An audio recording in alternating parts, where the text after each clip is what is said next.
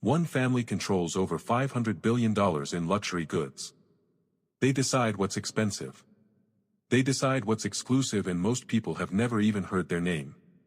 We're talking about the Arnault family, the force behind LVMH, Louis Vuitton, Dior, Tiffany, Moët, Hennessy, Bulgari, Givenchy. 75 luxury brands. One family. But here's what most people don't know. The way they built this empire wasn't through craftsmanship or creativity alone. It was through a series of bold, calculated, and sometimes ruthless moves that rewrote the rules of luxury forever. 3 revelations are coming. Each one is bigger than the last. Let me show you exactly how this happened. Bernard Arnault didn't start in fashion. He started in construction. His family owned a real estate company in France. But in 1984, something changed. The French government was selling a struggling textile group called Boussac. It owned a dying department store.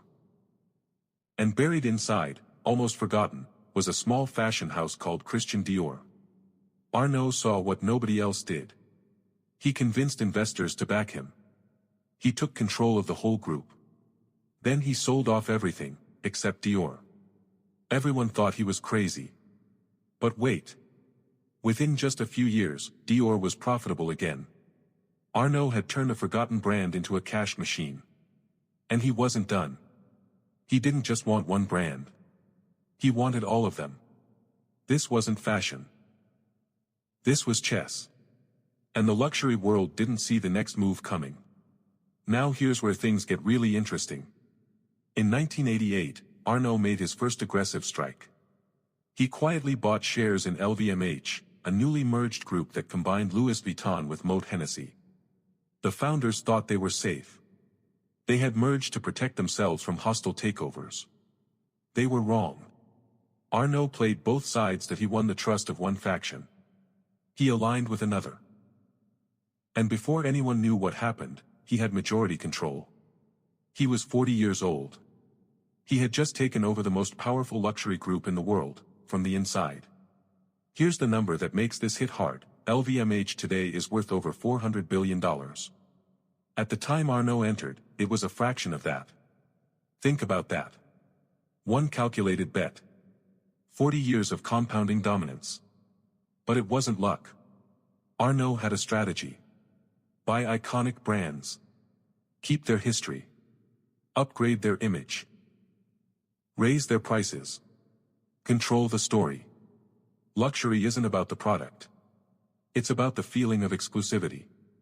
And no one understood that better than Arnault. But if you think that's crazy, wait until you hear this. Most luxury brands are family-owned. They protect their independence fiercely. Not anymore. One by one Arnault approached struggling houses. Some were flattered. Some were desperate. Some didn't realize what was happening until it was too late. Celine. Loewe. Fendi. Tag Heuer. Bulgari. Plot change. When LVMH wanted Hermès, one of the most protected luxury brands in the world, Arnault tried a different tactic. He secretly bought shares through financial instruments that didn't require disclosure. By the time Hermès realized it, LVMH owned over 22% of their company. The Hermès family was furious. They fought back legally. They rallied family members. They created a lock-up structure to prevent a takeover. Eventually, LVMH was forced to sell. But the message was clear: no brand was truly safe. And here's the twist. Even the failed takeovers made LVMH stronger. The attempt on Hermès showed the world just how powerful Arnault had become. His boldness was itself a brand signal. Experts in corporate strategy call this luxury consolidation through fear and aspiration. You either join the empire, or you fight to stay independent. Most couldn't afford the fight. And the ones who joined, their value often tripled within a decade. This brings us to the most shocking discovery of all. In 2021, LVMH completed the largest luxury acquisition in history. They bought Tiffany Co for $15.8 billion. But here's what makes this extraordinary. The deal almost didn't happen. During COVID, LVMH tried to back out. Tiffany sued. A legal battle began. The world watched. Then Arnault did something nobody expected. He renegotiated. He got the price reduced by $430 million. And he still closed the deal. The result? Tiffany's revenue has since surged. New designs. New stores. New energy. The brand went from fading icon to global powerhouse, almost overnight. This is the LVMH playbook in its purest form. Find a wounded giant. Move fast. Restructure ruthlessly. Relaunch brilliantly. And here's the bigger picture. The Arnault family doesn't just own brands. They control culture. They shape what success looks like globally. When you see someone wearing Louis Vuitton in Tokyo, Lagos, or Sao Paulo, that's decades of strategic storytelling paying off. One family. Every continent. Every aspirational moment. So what does this mean for us today?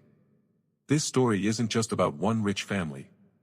It's about how power is built quietly, through patience, strategy, and timing.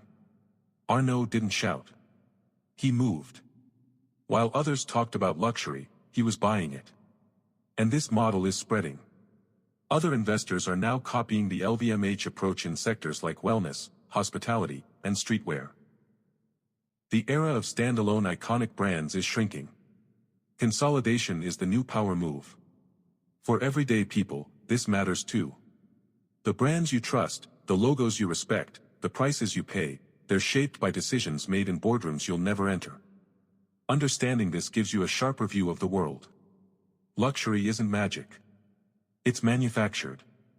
And the people who manufacture it are playing a very long game. One lesson stands above all else: own the story, and you own the market. Before we wrap up, there's one final thing you need to know. Bernard Arnault is now consistently ranked as one of the richest people on earth. But his children are already inside the empire. Each one is being positioned. Each one is being tested. The family isn't just building wealth. They're building a dynasty designed to outlast them. We started with a shocking fact: one family controls $500 billion in luxury. Now you know how they did it. Not by accident. Not by luck. By seeing what others missed, and moving before anyone could stop them. The luxury empire wasn't inherited. It was engineered. And the game is still being played.